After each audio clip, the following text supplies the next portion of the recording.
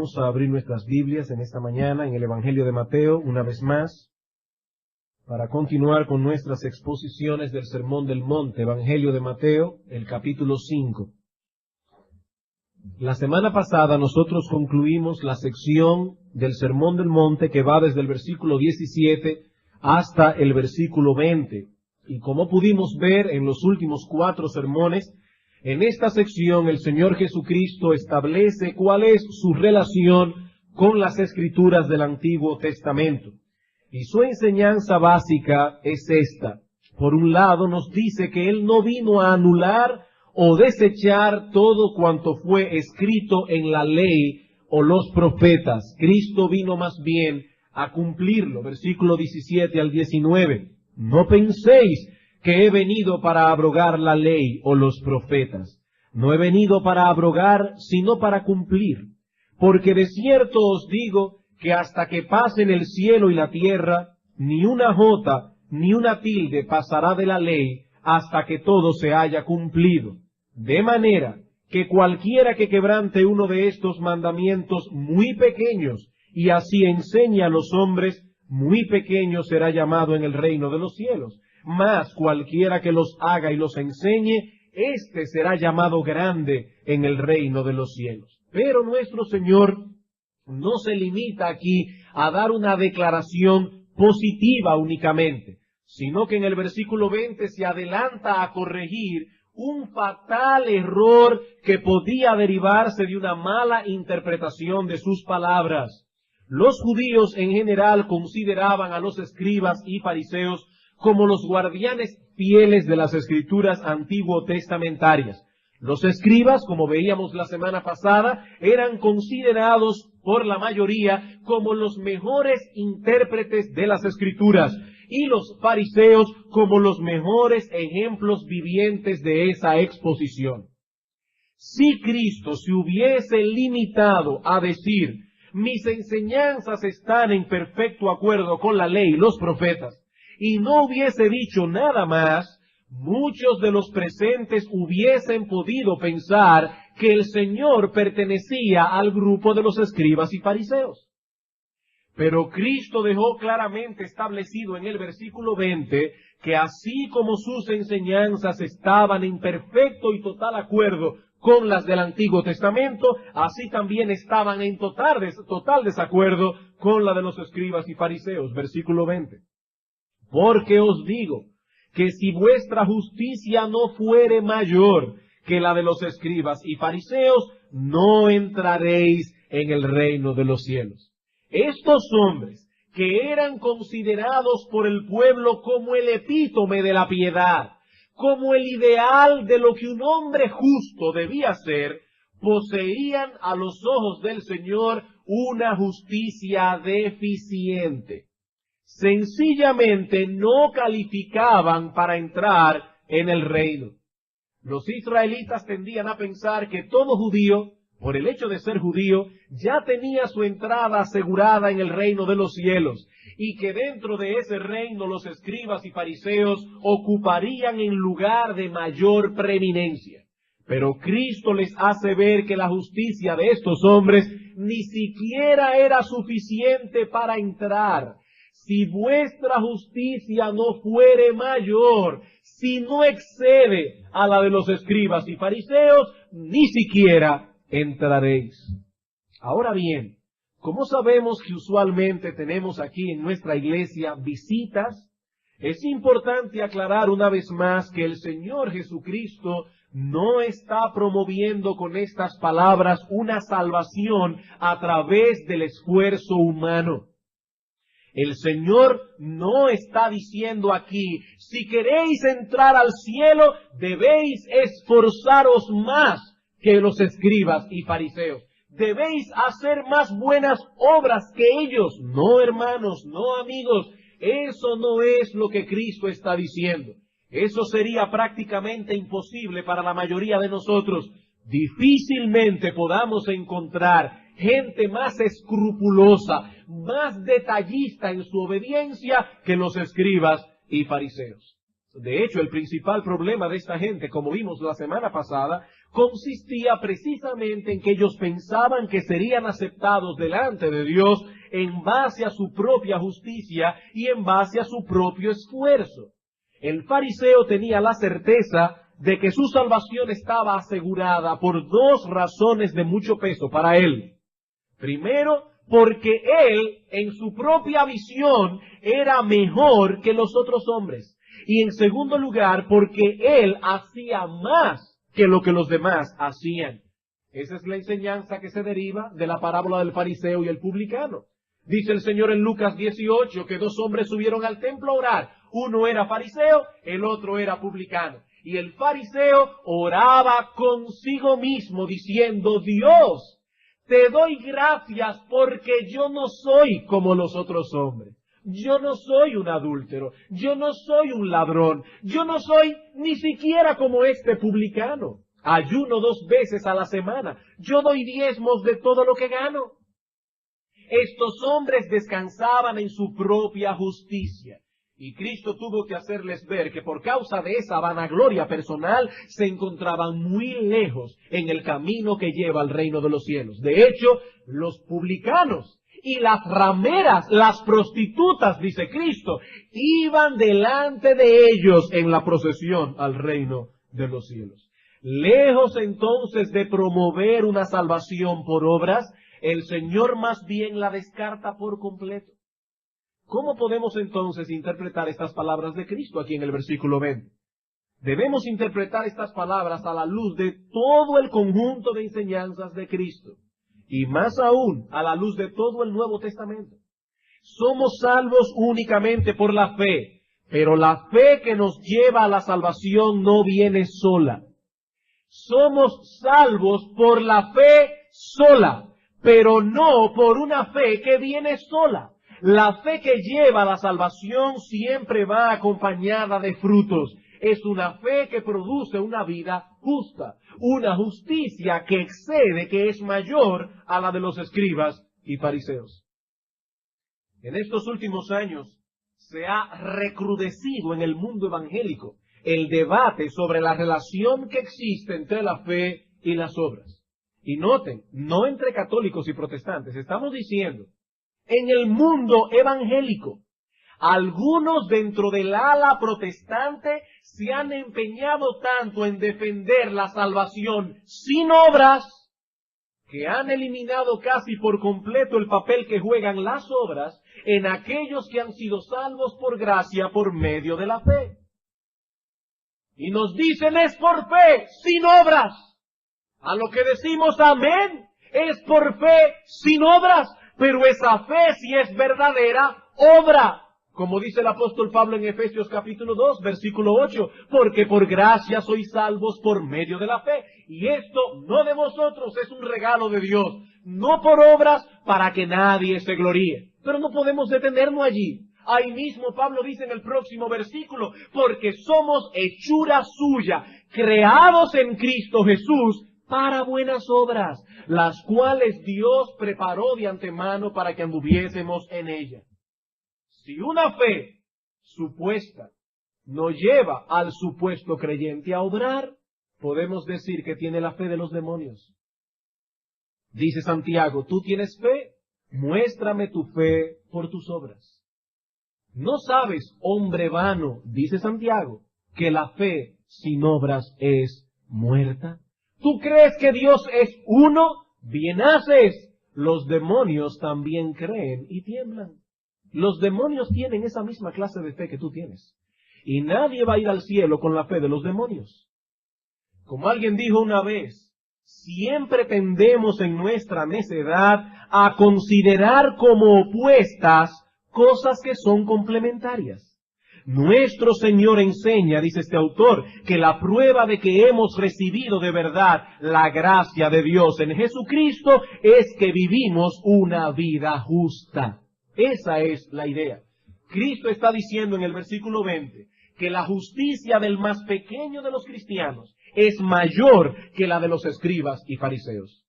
Y si nuestra justicia no es mayor que la de ellos, es entonces porque no hemos conocido aún la gracia que se ofrece en el Evangelio.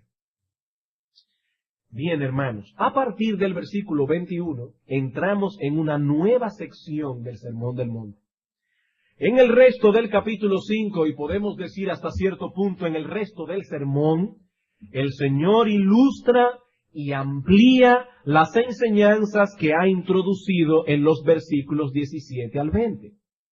En el resto del capítulo 5 encontramos 6 ejemplos que ilustran la forma apropiada de usar las escrituras del Antiguo Testamento en contraposición al uso inapropiado que hacían de esas escrituras los escribas y fariseos. Recuerden que ese es el tema de los versículos 17 al 20.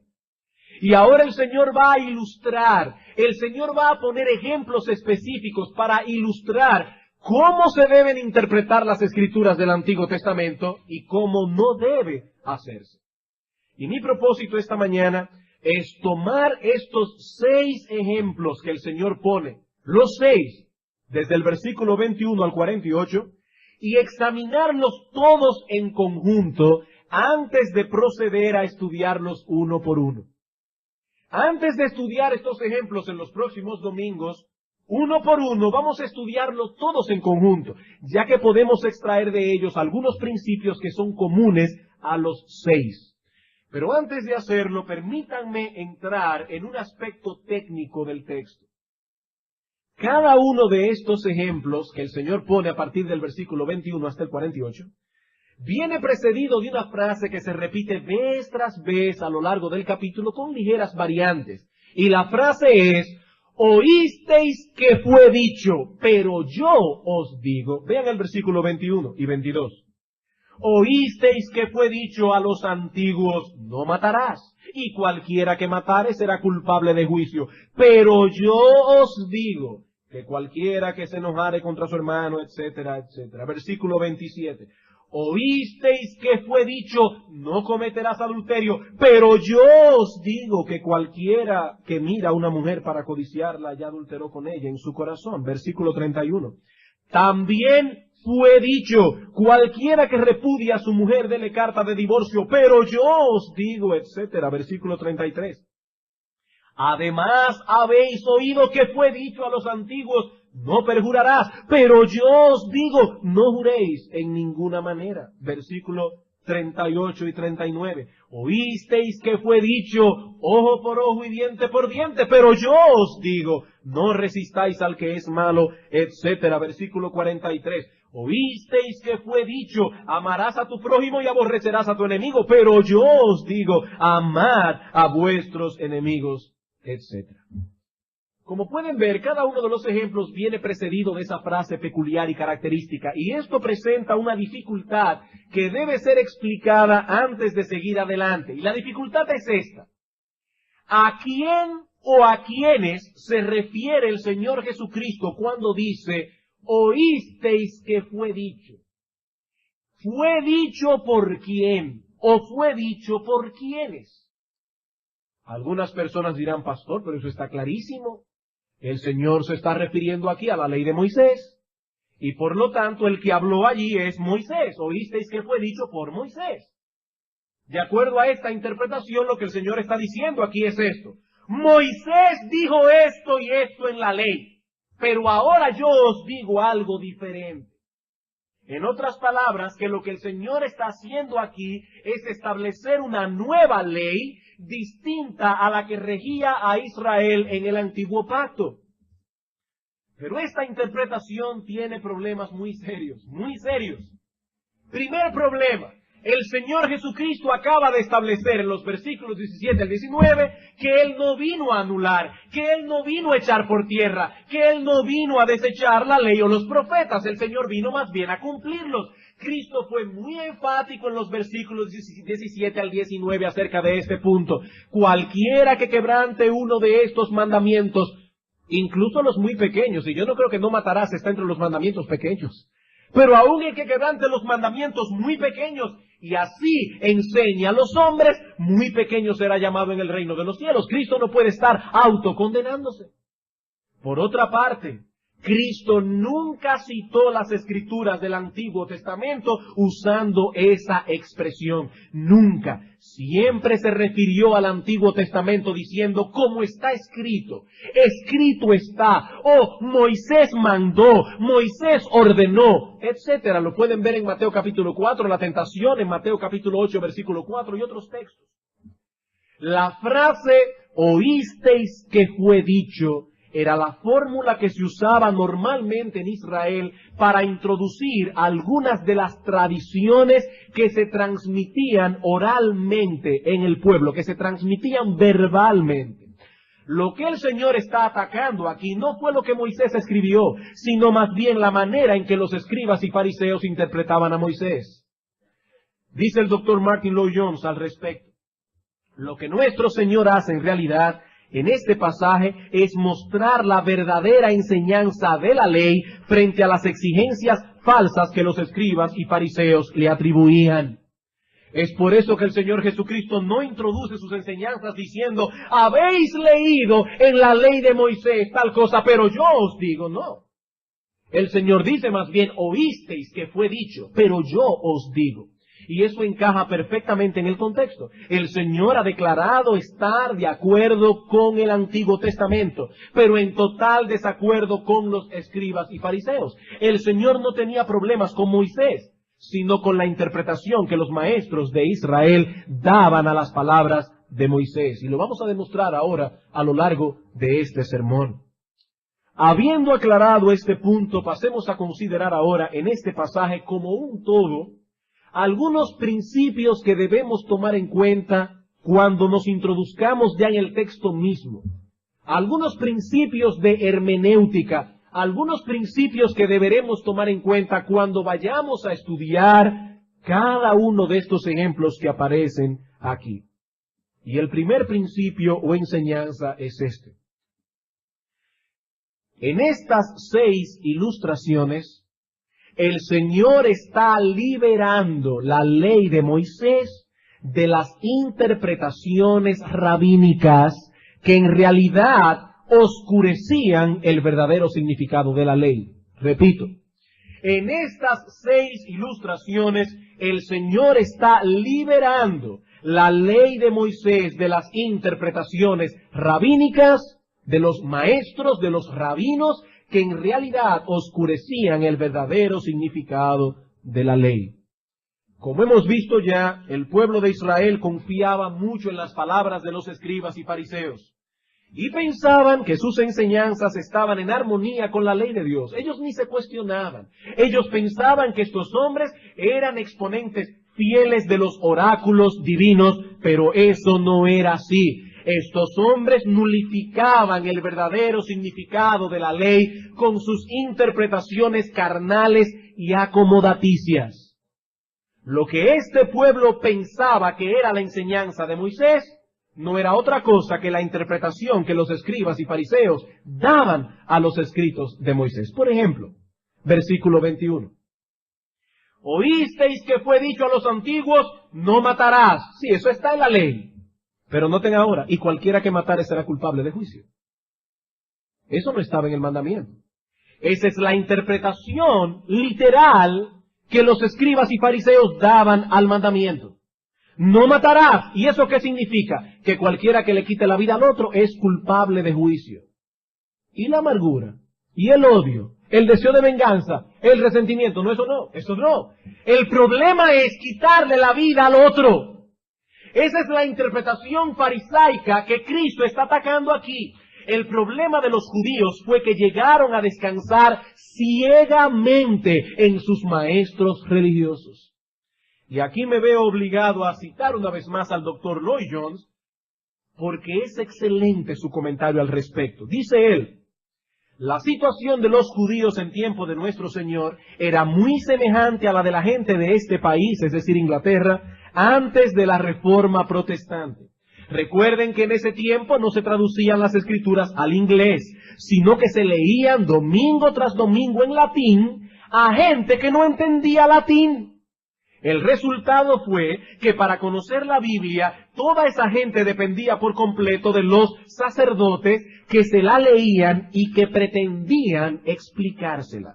No podían leerla por sí mismos para comprobar lo que oían los domingos desde el púlpito. Lo que la Reforma Protestante hizo, en un sentido, fue poner la Biblia en manos de la gente. Le permitió leerla por sí mismos y comprobar las enseñanzas falsas y las explicaciones erróneas del Evangelio que la Iglesia Católica les había dado. Sigue diciendo Lloyd Jones, la situación de nuestro Señor en sus días fue muy parecida. Los hijos de Israel durante el cautiverio en Babilonia habían olvidado la lengua hebrea. Cuando regresaron, y por mucho tiempo después, solo hablaban arameo. No conocían lo suficiente el hebreo como para leer la ley de Moisés tal como aparecía en las escrituras que poseían en hebreo. Consecuentemente, para conocer la ley, dependían de las enseñanzas de los escribas y fariseos que conocían el hebreo. Nuestro Señor, por tanto, les dice con razón, eso es lo que oísteis. Esto es lo que habéis venido oyendo. Esto es lo que se os ha dicho. Esta es la predicación que habéis escuchado en las sinagogas. Así que lo que esa gente creía que era la ley, no lo era en absoluto, sino lo que de ella explicaban los escribas y fariseos. Termina la cita. Esto nos da una idea de lo que estaba pasando. Cristo está diciendo a esta gente, esto es lo que os han enseñado como la verdad de Dios. Pero yo os digo que todas esas interpretaciones, que todas esas tradiciones, más bien nulifican el verdadero significado de la ley.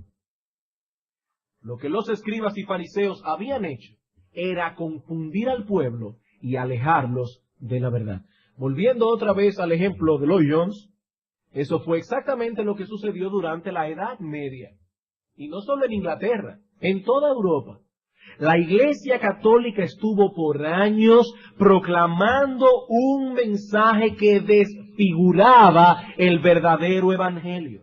El Evangelio del catolicismo era en realidad una tiranía que ataba a sus adherentes a un sistema opresivo del cual era imposible escapar. Enseñaban al pueblo que los sacramentos eran necesarios para salvarse. Y dado que ellos tenían el monopolio de los sacramentos, no había oportunidad alguna de salvación fuera de la iglesia y fuera de los sacerdotes. Por eso se opusieron tan vehementemente a que las escrituras fuesen traducidas. No era conveniente que el pueblo tuviese en sus manos la palabra de Dios y verificase por sí mismo las enseñanzas impartidas por la iglesia. Y damos gracias a Dios, hermanos, que esos tiempos quedaron enterrados en las páginas de la historia.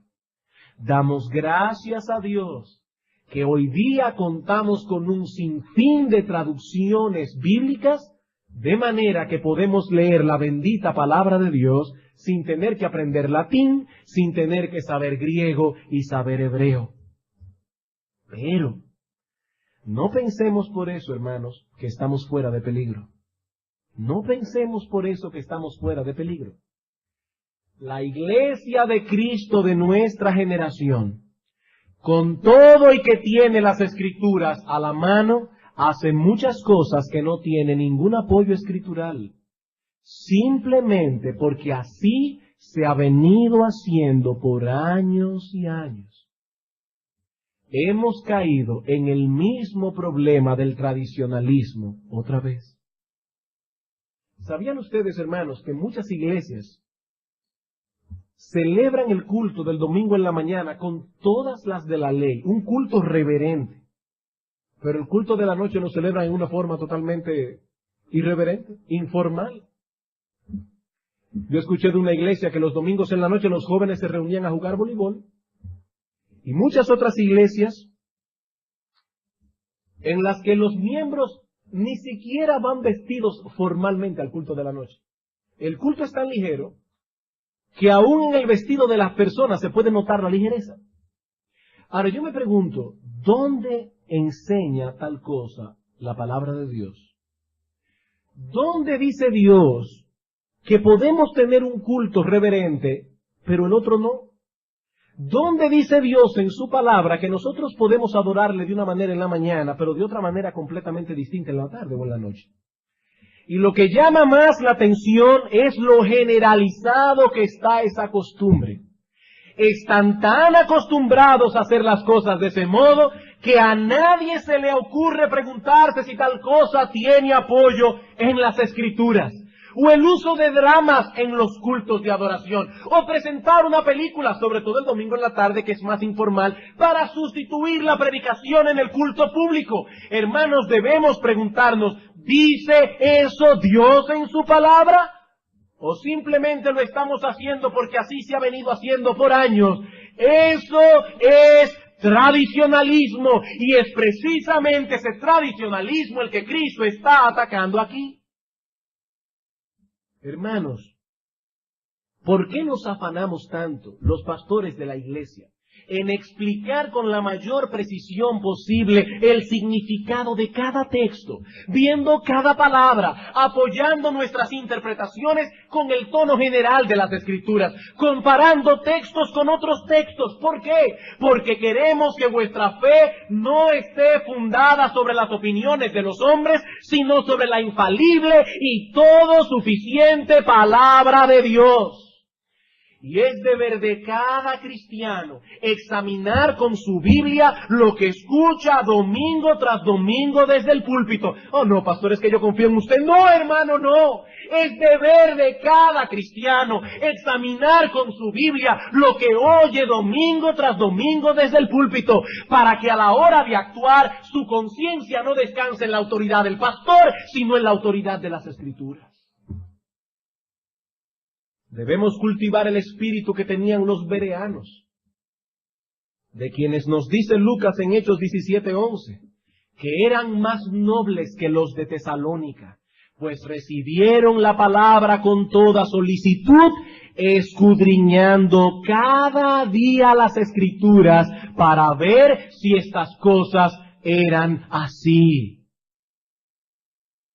Ahora bien, antes de continuar, aquí es pertinente que haga un paréntesis, ya que algunas personas basadas en el texto de Hechos 17:11 promueven un espíritu de desconfianza en la iglesia. Para ellos, tener el espíritu de los bereanos significa dar por sentado que lo que dice el pastor no es verdad hasta que me pruebe lo contrario.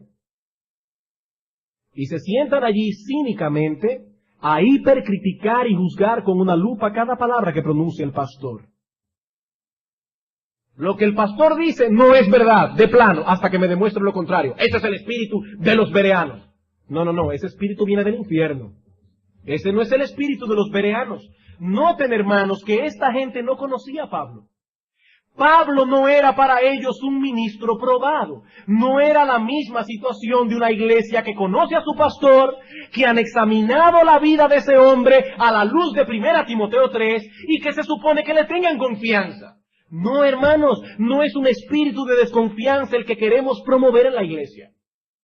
Pero este texto sí nos enseña que Dios considera noble al hombre que está seriamente preocupado por discernir cuál es su voluntad, y que aun cuando escucha a su pastor, al pastor que él conoce, al pastor en el que en él confía, aun cuando escucha a su pastor o a cualquier otro predicador, se esfuerza por ver claramente que lo que le están diciendo es la voz de Dios hablando a través de la exposición de su palabra.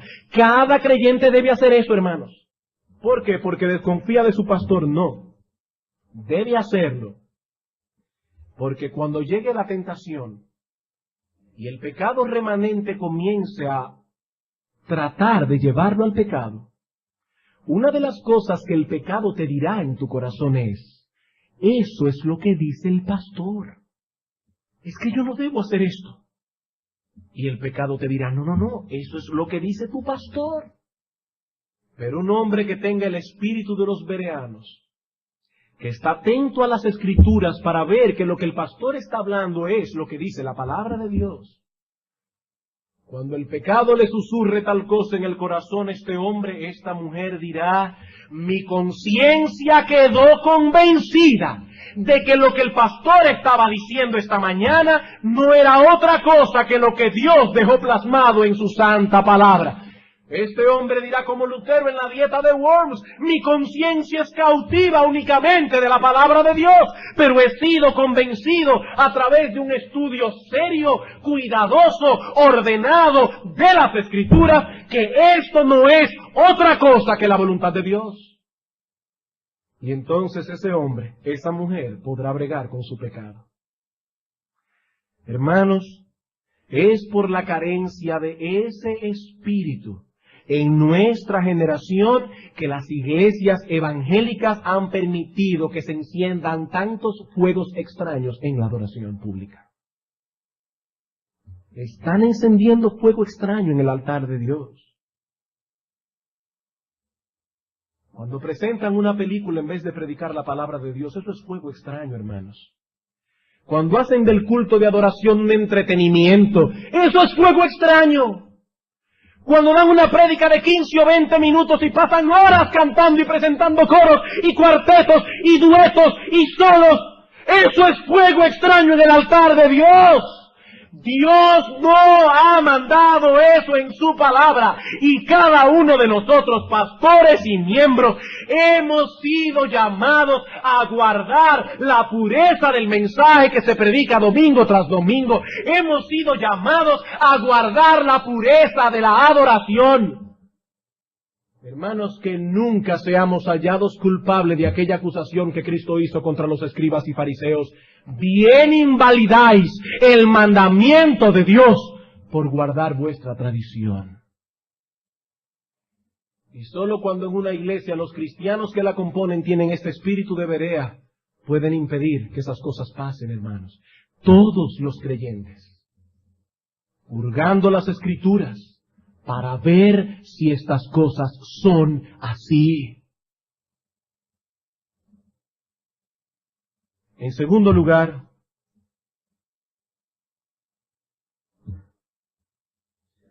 en estas 6 ilustraciones, Cristo nos enseña que debemos obedecer el espíritu de la ley y los principios que de ella se derivan, y no quedarnos únicamente en la letra.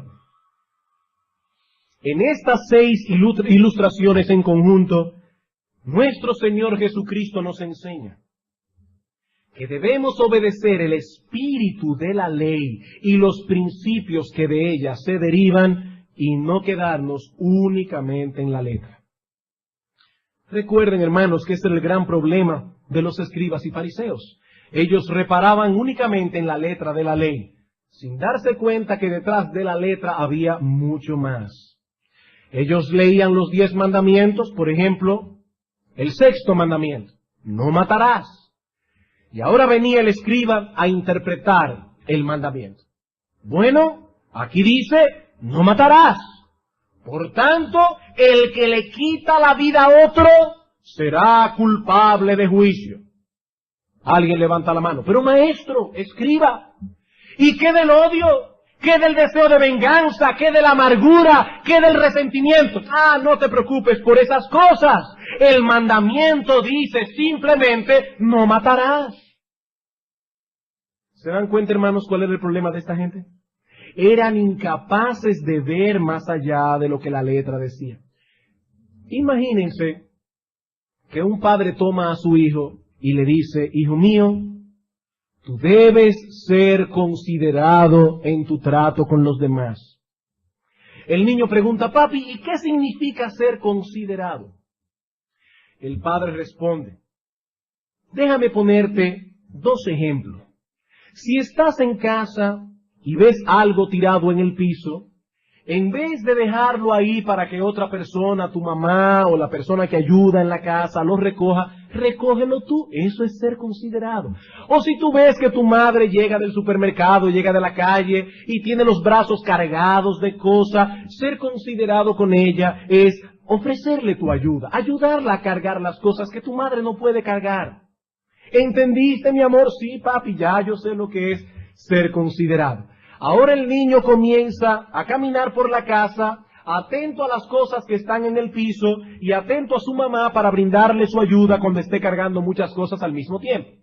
Pero resulta que en esa misma semana llega su hermanita del colegio con todas las cosas, los útiles en las manos, y es evidente que no puede llevarlo sola. Pero nuestro muchacho de la historia no mueve un dedo para ayudarla.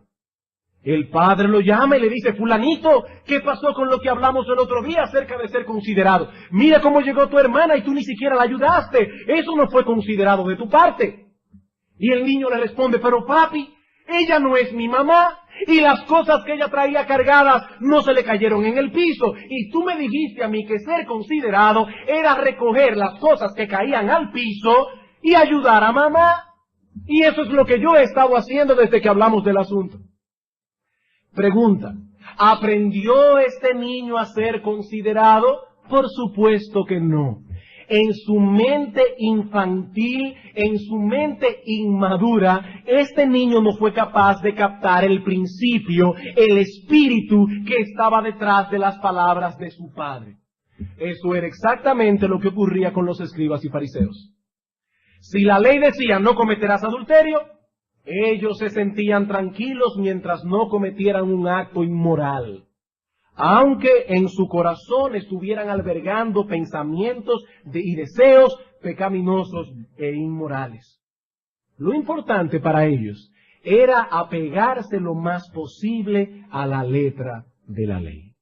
Y una vez más, hermanos amados, una vez más, debemos decir que nosotros no estamos exentos de caer en ese error.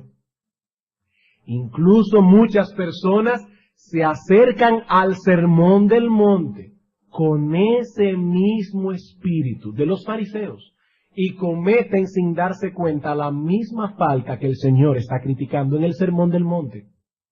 Ellos piensan que todos esos ejemplos que están allí son leyes que deben ser obedecidas al pie de la letra, y que mientras hagamos esto, ellos están bien delante de Dios, pero no pueden captar el principio o los principios que el Señor está impartiendo en esos ejemplos. Hermanos, si intentamos obedecer el Sermón del Monte al pie de la letra, podemos caer incluso en situaciones ridículas. El Señor nos dice que si nuestro enemigo nos quiere obligar a que lo llevemos 1 milla, que debemos llevarlo 2. Ya yo sé lo que tengo que hacer. Pero supongamos que alguien necesita que lo llevemos 1 milla más lejos. No, pero el texto dice 2. Lo vamos a dejar 1 milla más lejos que a donde él va. Porque él va 1 milla más lejos y nosotros lo vamos a dejar 1 milla después. Estamos teniendo problemas con el texto. Hermanos, el Sermón del Monte no debe ser tomado como un código de leyes cristianas. Debemos deducir cuál es el principio que está detrás de las palabras. Eso no significa que las palabras no sean importantes. Lo que estoy diciendo es que el espíritu del mandamiento es tan importante como la letra que transmite el mandamiento. No es verdad que en todas circunstancias debemos dar al que nos pida. Eso no es verdad. No es verdad que en toda circunstancia está prohibido jurar. No es verdad que al que me pida el saco le voy a dar todo lo que tengo. Eso no es verdad en toda circunstancia. Y debemos estudiar el Sermón del Monte con estas cosas en mente. ¿Cuál es el principio? ¿Cuál es el principio? Cuidado, hermanos, porque es muy fácil perderse en detalles y dejar a un lado el principio. ¿Y saben por qué es tan fácil? porque es más fácil obedecer al pie de la letra un conjunto de normas y directrices que aplicar principios bíblicos con la ayuda y el poder del Espíritu Santo en cada situación que se nos presente. Y nos gustaría contar con un manual de conducta desmenuzada que nos diga qué hacer en cada circunstancia y qué no hacer. ¿Es lícito en el día del Señor hacer esto o hacer aquello? Hay cosas que están claramente fuera de lugar en el día del Señor, pero hay muchas otras que no están tan claras. Hay muchas cosas que no poseen reglas fijas. Y algunos creyentes quisieran tener un manual o vivir con un pastor, tener un pastor al lado. Para cada paso que da, pastor, ¿puedo dar el paso a la derecha o a la izquierda? ¿Puedo hacer esto en el día del Señor o no puedo hacer esto? Hermanos, es imposible proveer tal cosa. Ni podemos darle un pastor a cada uno para que viva con usted, ni tampoco podemos escribir un manual que contemple todas y cada una de las situaciones probables que se le puede presentar a un cristiano y explicarle cómo actuar en esa situación. No solo con respecto al día del Señor, sino también con respecto a muchos otros aspectos de la vida cristiana. Pero Dios no nos ha dejado en oscuridad. Para todos esos casos, el Evangelio ha provisto principios de santidad.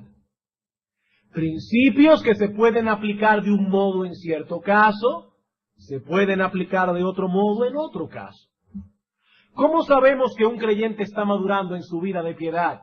Cuando ese creyente está adquiriendo cada vez más destreza en la aplicación de tales principios en su situación particular con la ayuda del Espíritu de Dios. Dios no nos ha dejado solos. Dios nos ha dado su Espíritu, Dios nos ha dado su palabra. Y claro, también nos ha dado los pastores. Pero no podemos acudir a los pastores cada vez que pasa cualquier cosa en la cabeza, cada vez que surge una inquietud. Tenemos que preguntarnos y orar, Señor, ¿qué debo hacer en este caso? Y si no encuentro un principio claro en las Escrituras que me autorice caminar de un modo o de otro, entonces voy a acudir a un hermano maduro, recordando que en la multitud de consejeros hay sabiduría. Tercer principio. Aprendemos de estos 6 ejemplos que la ley de Dios toca nuestras motivaciones y pensamientos lo mismo que nuestras acciones.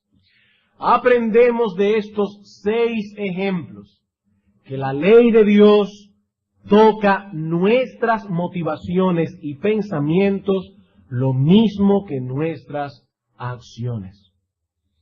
Como hemos visto ya, los fariseos no entendían esto. Y no estamos diciendo que los actos del hombre no sean importantes. Lo que estoy diciendo es que no es lo único que importa. Y no voy a detenerme mucho aquí, porque hemos explicado este asunto de diversas maneras anteriormente. Pero quisiera al menos recalcar esto, hermanos. Dios no mira únicamente lo que hacemos, sino también la actitud con que lo hacemos y el estado de nuestro corazón mientras lo hacemos. Dios no mira únicamente lo que hacemos, sino también la actitud con que lo hacemos y el estado de nuestro corazón mientras lo hacemos. Y he aquí una gran diferencia entre el espíritu farisaico y el espíritu cristiano. El fariseo se siente tranquilo mientras se encuentre haciendo lo que él cree que es correcto, aunque su corazón esté completamente divorciado de lo que él está haciendo. Es por eso que este hombre puede pararse en el templo y decir: Dios, te doy gracias. Oye, Dios, qué maravilla has hecho conmigo. Yo no soy como los otros hombres. Mira, oh Dios, cómo yo hago esto, esto y esto. Y mira cómo yo me abstengo de hacer esto, esto y aquello. Mientras él esté en el lugar correcto, en el momento correcto, haciendo lo que se supone que es correcto, este hombre se siente realizado. Ese es todo su problema. Pero el cristiano es tan distinto, Aun cuando está en el lugar correcto, haciendo lo correcto, el cristiano examina su corazón. Esa es la diferencia. Aun cuando este hombre logra una vida disciplinada en la lectura de la Biblia, en su devocional personal, una vida de oración, asistencia a los cultos de la iglesia todos los domingos, si pudiésemos hurgar en su corazón y pudiésemos ver lo que hay allí, veremos que este hombre aún así no está plenamente satisfecho consigo mismo. Cristo dice que el cristiano se caracteriza porque tiene hambre y sed de justicia. Bienaventurados no los que tuvieron hambre el día que se convirtieron, bienaventurados los que han seguido hambrientos, los que tienen hambre y sed, no de ser felices, no de realizar su vida, bienaventurados los que tienen hambre y sed por ser santo. Y no importa cuánto avance en su vida de piedad, este hombre siempre desea más. Siempre desea más celo, más devoción, anhela amar más a Cristo, que su comunión con Dios fuese cada vez más profunda, tener más victoria en su lucha con el pecado. Esa es la paradoja de la que hablábamos hace unos meses atrás, cuando estudiábamos la cuarta bienaventuranza. El cristiano es aquel que, habiendo sido satisfecho por Cristo, ahora desea más de Cristo. Qué paradójico. Y mientras más lo satisface el Señor, más anhela al Señor. Este hombre no se satisface por estar en el lugar correcto, haciendo las cosas que son correctas. Este hombre quiere tener un corazón para Dios. Este hombre quiere tener un corazón que se inflame de amor y devoción por Dios. No, hermanos, no son los actos solamente. No es estar aquí sentado, no es abrir la boca, no es cantar un himno. Es el corazón. Es el corazón. Es el espíritu de la ley. Son los pensamientos y motivaciones. Pero para el fariseo estas cosas no tenían importancia. ¿Saben por qué? Porque esas cosas no se ven. Esas cosas no se ven. Y el único problema de los fariseos era parecer justo delante de los hombres. El problema nuestro, hermanos, es agradar a Dios. Cuarto y último principio. En estas 6 ilustraciones, el Señor nos enseña que no debemos ver la ley únicamente en su aspecto negativo, sino también en el positivo. En estos 6 ejemplos o ilustraciones, el Señor nos enseña que no debemos ver la ley únicamente en su aspecto negativo, sino también en el positivo. La ley de Dios no solo condena el pecado, sino que promueve la justicia. O poniéndolo de otro modo, el propósito de la ley no es únicamente el de impedir que hagamos lo malo, sino también el promover que hagamos lo bueno. Ese es el propósito de la ley. Tomemos una vez más el 6º mandamiento como ejemplo. Allí dice, no matarás. Pero ¿significa esto únicamente que debemos abstenernos de aquellos actos que puedan dañar la vida del prójimo? ¿Es eso lo que significa el 6º mandamiento? No, hermanos. El mandamiento implica mucho más. Debemos llegar más lejos y ocuparnos en aquellas cosas que promueven el bienestar físico y espiritual de mi prójimo. Si se prohíbe el matar, se promueve el cultivar la vida del otro. No debemos sentirnos satisfechos simplemente porque no hacemos nada que pueda atentar contra la vida de otros. Hermano, no te sientas satisfecho por eso. Nuestra meta debe ser la que Cristo pone delante de nosotros en este sermón. ¿Y cuál es la meta? Debemos amar a nuestros enemigos, debemos bendecir a los que nos maldicen, debemos hacer bien a los que nos aborrecen y orar por los que nos persiguen. Ese es el espíritu de la ley. Ese es el espíritu de la ley. Esa es la meta hacia la cual nosotros debemos movernos. En conclusión, hermanos, todo lo que hemos dicho esta mañana podemos resumirlo en esta simple frase: la ley no es un fin en sí misma. Todo lo que hemos dicho en esta mañana se resume de este modo: la ley no es un fin en sí misma. La ley es un medio a través del cual aprendemos a conocer a Dios y a vivir una vida agradable delante de Él. Como dice el apóstol Pablo en Gálatas, la ley es un ayo, la ley es un niñero que nos lleva a Cristo. ¿Y cómo es eso? Cuando nos contemplamos en ese espejo y vemos las demandas de santidad y justicia que Dios exige, no tenemos otro camino que huir a la cruz de Cristo clamando por misericordia. ¡Oh Dios! Si eso es lo que pides, reconozco que me quedo corto de alcanzar esos estándares. ¡Oh Dios, estoy perdido! Pero he oído en el Evangelio que Cristo vivió una vida perfecta, que Cristo obedeció toda la ley sin transgredirla en un solo punto. Y más aún, Dios, he oído que murió en una cruz para pagar en ella las transgresiones de aquellos a quienes Él vino a salvar. ¡Oh Dios! He oído en el Evangelio que esa justicia perfecta de Cristo es puesta en la cuenta de todo aquel que cree. Por lo tanto, heme aquí, oh Dios, no tengo nada que ofrecer, no tengo nada que me recomiende delante de ti. Lo único que te pido es que tengas misericordia y me pongas el vestido de la justicia perfecta de Cristo. Eso es lo que hace la ley. Eso es lo que hace la ley cuando es comprendida correctamente, guiarnos a Cristo. Pero una vez estamos en Cristo, la ley sigue siendo para nosotros la norma de una vida justa si queremos conformarnos por amor a Dios. La norma de una vida justa a la que nosotros queremos conformarnos por amor a Dios. Entonces, hermanos, ¿cuál es el asunto aquí? El asunto es el amor a Dios y no un simple código de conducta. Por lo tanto, cuando nosotros vamos en autoexamen delante de Dios, la pregunta que debemos hacernos no es: ¿he cometido adulterio hoy? No. ¿He matado a alguien? No. ¿He mentido? No. Yo estoy bien delante de Dios. Eso es lo que hacían los fariseos. La pregunta más bien es: ¿cómo ha sido hoy mi comunión con Dios?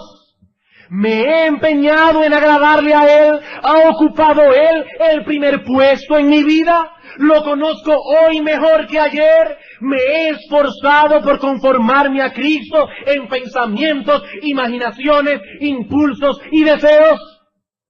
Es ahí donde Dios quiere llevarnos a través de la ley.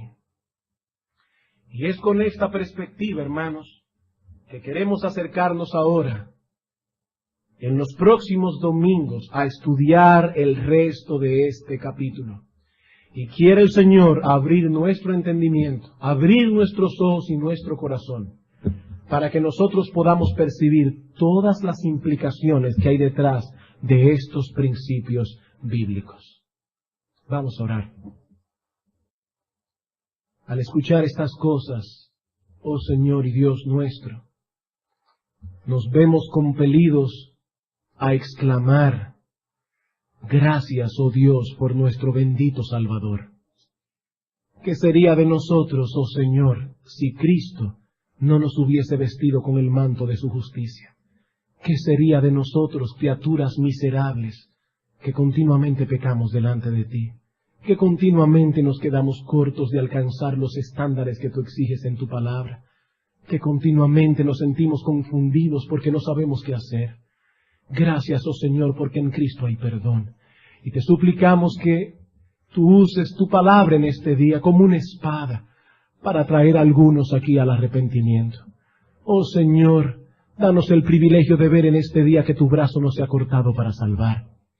Y a nosotros, oh Señor, en quienes tú has actuado trayendo redención y salvación, permite que podamos aplicar estas cosas en nuestra vida, de tal manera que seamos hombres y mujeres reconocidos porque no actuamos por deseos, no actuamos por presión, no actuamos por modas, actuamos por principios. Principios que llevan a una vida de piedad. Ayúdanos, oh Dios nuestro. Te lo suplicamos en Cristo Jesús. Amén.